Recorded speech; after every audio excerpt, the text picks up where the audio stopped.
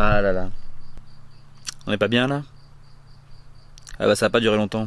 Allez, au boulot.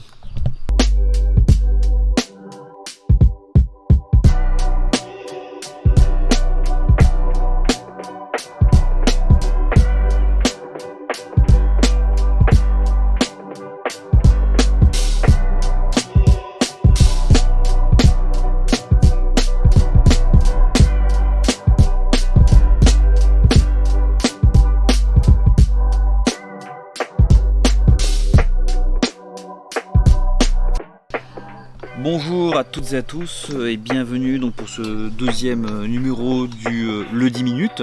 Donc format qui a l'air de vous convenir à toutes et à tous et surtout à moi aussi. Donc c'est plutôt pas mal. Voilà, là j'ai de nouveau 10 minutes pour vous présenter quelques bouquins que j'ai sélectionnés pour vous. Soyez réhab, guide pratique de réhabilitation psychosociale.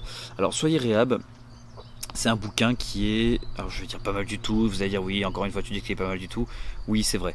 Il est bien parce que souvent la réhab, c'est compliqué parce que y a des collègues qui vont vous dire la réhab c'est ça, et puis d'autres collègues qui vont vous dire non, la réhab ils n'ont rien compris, la réhab c'est ça, et que finalement on a l'impression qu'il y a plusieurs chapelles parfois sur la réhab, et que c'est compliqué de se dire après qui a raison, qui a tort.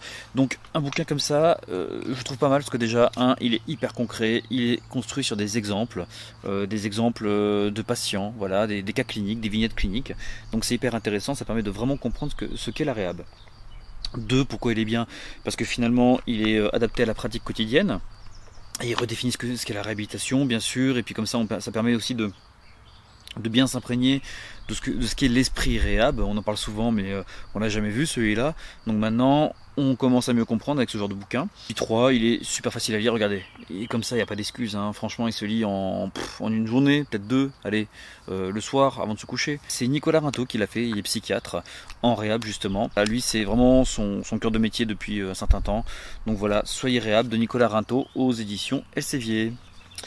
Allez, ensuite on continue les bouquins avec un bouquin qui est très bien lui aussi. En même temps vous allez me dire, tu proposes que des bouquins qui sont très bien. Ben oui, je ne vous propose pas de la merde. En tout cas, j'en verrai pas l'intérêt. Donc c'est Techniques d'entretien et d'évaluation en psychiatrie. Voilà, des éditions Malouane. Techniques d'entretien et d'évaluation en psychiatrie. Ce bouquin, franchement, il est top. Il est top parce que il parle de notre cœur de métier. Notre cœur de métier, c'est quoi? C'est la psychiatrie, mais c'est surtout de l'entretien en fait. On pourra parler de traitement autant que vous voulez, on pourra parler de plein de trucs, d'échelles, mais finalement, on fait ça quand? Lors d'un entretien. Donc c'est là où ce bouquin prend toute sa valeur. Moi, je l'ai beaucoup aimé parce que vraiment, il parle de tout. Il parle de comment on prend les antécédents d'un patient, comment on prend les antécédents familiaux de la personne aussi, comment on rentre en lien avec le patient, comment on évalue un délire, voilà. Il y a plein de trucs qui sont caractérisés dont on ne pense pas forcément en fait. Moi typiquement j'ai appris un truc en addicto avec ce bouquin, c'était comment on caractérise une consommation. Ça c'est un truc, moi ça m'a aidé. Parce qu'avant je posais la question, voilà, vous consommez combien de verres de vin par jour monsieur? Et la personne forcément elle est sous-évaluée, parce que parfois on a honte, parce qu'on se rend même pas compte de sa consommation, pour plein de raisons. Donc on me disait ouais 2-3 verres alors que c'était pas du tout le cas. Avec ce bouquin j'ai appris à dire voilà monsieur, au fait vous consommez combien de bouteilles de vin par jour? 2, 3. Puis la personne va nous dire non mais ça va pas Julien, non j'en prends qu'une par jour, et encore c'est du rosé. Bon, et une fois qu'on s'est dit ça, on se dit bon, on a la consommation, donc une bouteille par jour, ce qui est beaucoup trop. On peut retravailler avec la personne pour lui expliquer que c'est quand même beaucoup trop. Mais du coup ça a quand même rassuré la personne d'entendre 2-3 bouteilles par jour. Ça lui a offert un espace pour dire qu'en fait non, je consomme qu'une bouteille. Et il y a moins de jugement en tout cas. Donc voilà, c'est un petit exemple comme ça. Voilà, Techniques d'entretien et d'évaluation de psychiatrie de Malouane, donc traduit de la 4e édition américaine, parce que c'est un bouquin américain. On continue un peu là-dessus, sur un truc où j'étais largué et qui m'a bien aidé. Alors là, c'est une ancienne édition, c'est 2022, mais il y a sûrement la 2024 qui est sortie, j'ai pas regardé. C'est aussi Malouane, c'est Ordonnance en psychiatrie et pédopsychiatrie sans une prescription courante. Pourquoi c'est important? Parce que ça va parler des traitements et que nous en tant qu'infirmiers en pratique avancée, on s'y colle au traitement. C'est bien parce que ça nous oblige pas trop à relire le Vidal. Alors vous savez, dans le premier 10 minutes, je vous avais présenté la pharmacopsychiatrie de Stahl qui est à mon sens absolument incontournable, mais en fait on n'a parfois pas le temps de se palucher les deux bouquins. Voilà, c'est comme ça. Donc qu'est-ce qu'on fait quand on n'a pas le temps? On prend ça. C'est pas mal, c'est très concret, sans une ordonnance finalement ça brosse quand même un tableau général de tout ce qu'on peut rencontrer en consultation de psychiatrie. Il y a aussi voilà, les fiches techniques sur les traitements, des tableaux qui résument les familles de traitements. Si vous ne deviez avoir qu'un seul bouquin sur la psychopharmaco, alors j'hésiterais quand même avec le Stahl, mais celui-ci vous pourriez le prendre aussi, c'est pas mal. Voilà, si vous prenez pas le Stahl, vous pouvez prendre celui-ci. Vraiment, si vous le lisez, vous ne serez pas perdu et vous aurez des informations précieuses en pharmaco. Et comme une fois n'est pas coutume et que la dernière fois vous avez parlé des troubles physiques en psychiatrie et que ça me semblait absolument important et absolument incontournable que nous en tant que cliniciens et qu'IPA, et qu'avant tout IPA généraliste, je vous rappelle le master 1 c'est un master généraliste avant de faire la spécialité, c'est de faire aussi de la clinique somatique.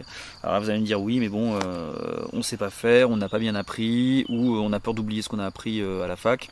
Ok, pas de souci, j'ai un bouquin pour vous, c'est celui-ci. Alors ça aussi c'est une vieille édition, moi je l'avais déjà en I6 ce bouquin, c'est pour vous dire. C'est globalement moi je trouve bien ce livre, c'est Guide de poche pour l'examen clinique et l'interrogatoire. Aux éditions Arnett, voilà, vous voyez, éditions Arnett, mais il y a John Libé Eurotext derrière. Pourquoi il est bien ce bouquin?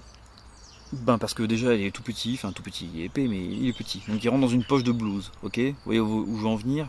C'est-à-dire que quand vous allez faire votre examen clinique, il y a des trucs que vous ne savez pas, vous sortez le bouquin, et puis vous regardez un petit peu.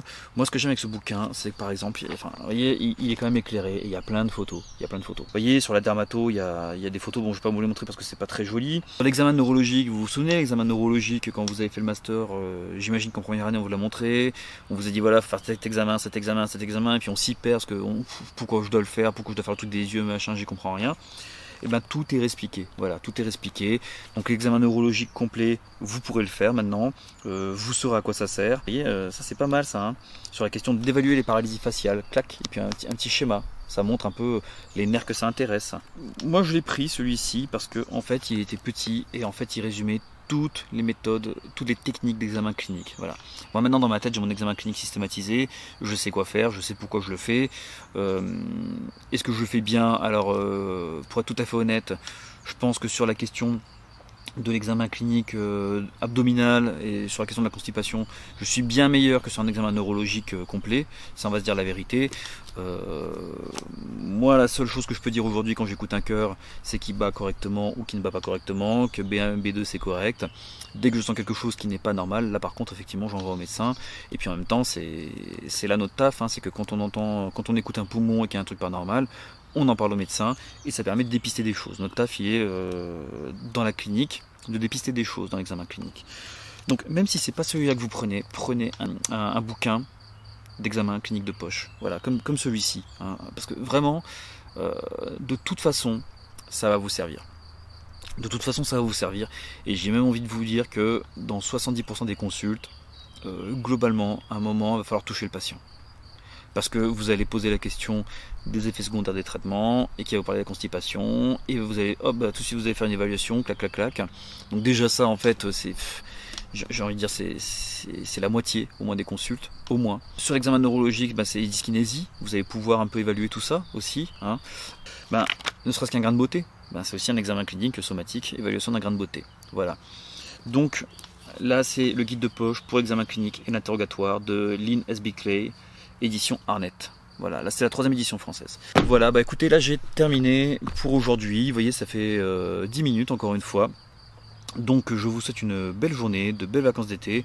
Moi je continue un peu et puis quand j'aurai plus le temps, j'arrêterai tout simplement. Et je vous souhaite une bonne semaine et un bon week-end. A bientôt, au revoir.